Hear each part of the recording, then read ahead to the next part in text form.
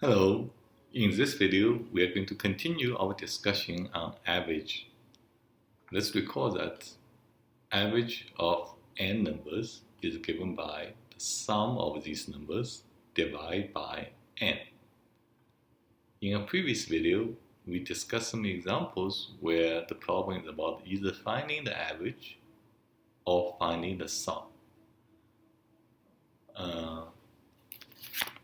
But in this video we're going to look at examples which are more concentrated on finding the number n.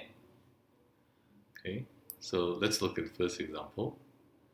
Here Bob took some tests, and this time Bob is a very good student.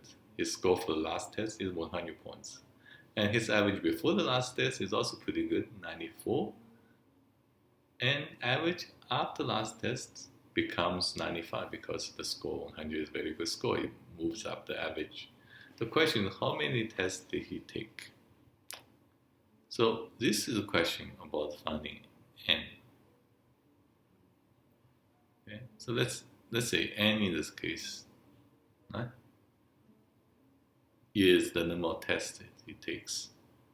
And what we know is that the sum is n times average, so we're going to use that.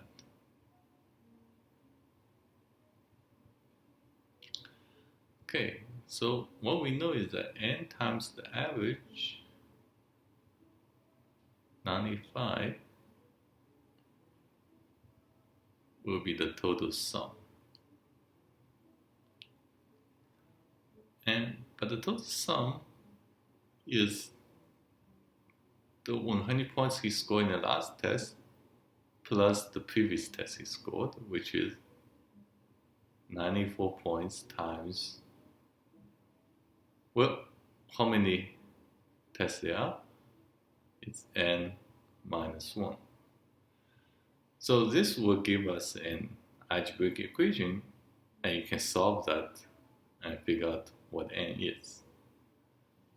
So if you're comfortable with algebra, let's just do it. 95n equals 100 plus 94n minus 94, and you move the 94n to the left, you get 95n minus 94n equals 100 minus 94, and this means n equals 6. You have 6 tests. Alright, this is assuming you're comfortable with algebra. What if you say, look, I don't want to work with algebra? Actually, recall that little mental trick we discussed in the previous video. So you can do mental math trick here also. And turns out if you do that, no algebra is needed. So this trick actually made the problem much simpler here. So we set a benchmark. The benchmark in this case, let's set to be 94. It's always the lowest number because I don't want to work with negative numbers. So let's look at above 94, okay? So the previous 4 tests, the sum of previous 4, not previous 4, I mean the previous tests, not previous 4 tests, previous tests. It's exactly 0 because the average was 94, so nothing above. And the last test,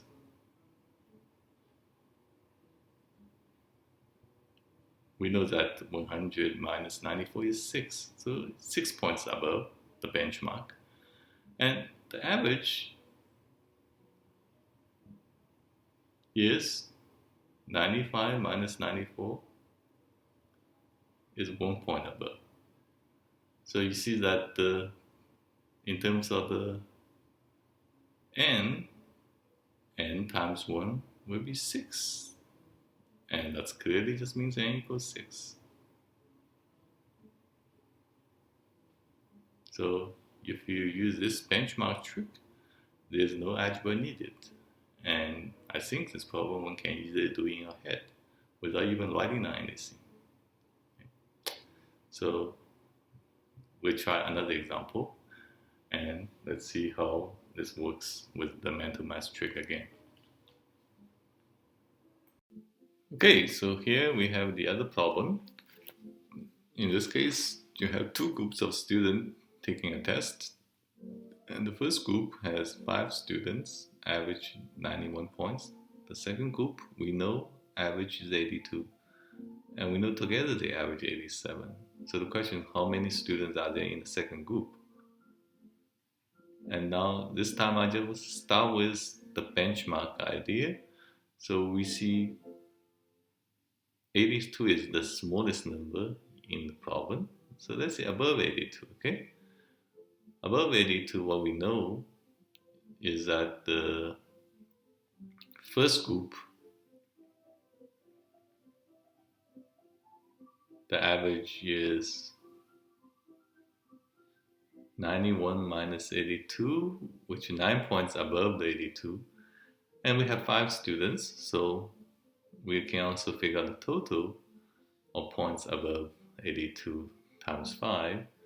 Because in 5 students, the total will be 9 times 5, 45 points above average. Okay. And second group, the average is just 0 above.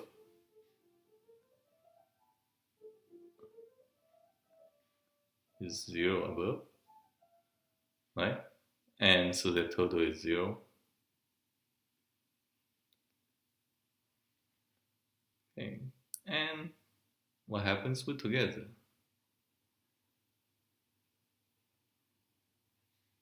Together, the average is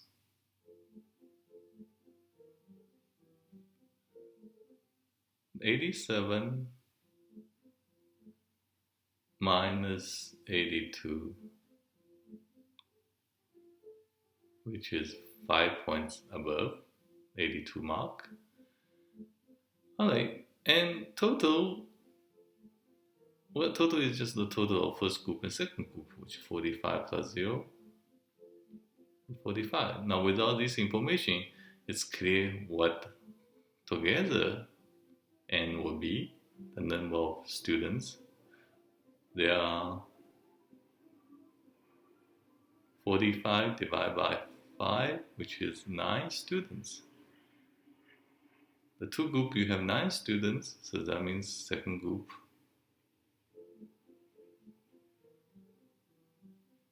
you will have 9 minus 5 equals 4 students.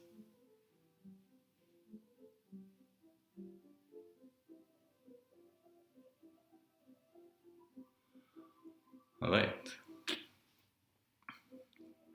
So of course you can do algebra, but maybe I won't do algebra for this problem. All right. So you see the benchmark idea is very useful to avoid algebra here also. Now here I choose 82 because I said 82 is the smallest number, but sometimes you have to choose larger numbers. Okay, let's say if I just change the problem a little bit, instead of tell you how many students there are in the first group, I have a question mark here, and I said, okay, second group, I tell you there are 4 students.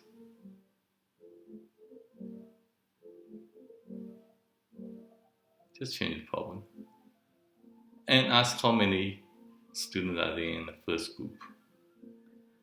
Okay, and I just need a little space to do this problem here. So what do? And in that case, you cannot really avoid the negative number, because you see the whole idea is that in using 82, I get some 0 come out, and so in this case I need to use 91.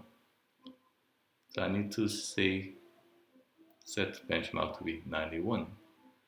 And above 91, the first group, because the first group average is 91, so average is 0.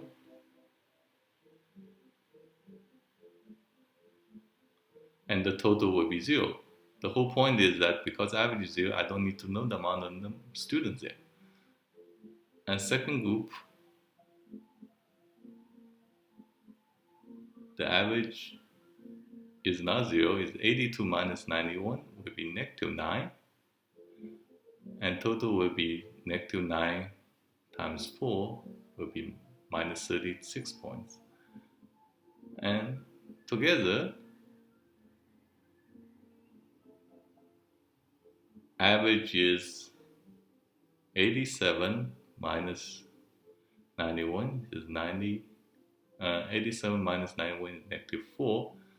And then again, you do minus 36 divided by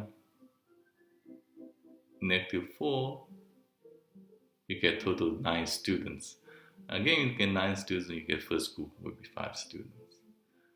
All right. So sometimes when you use this trick, you really have to deal with negative numbers that cannot be avoided. Okay.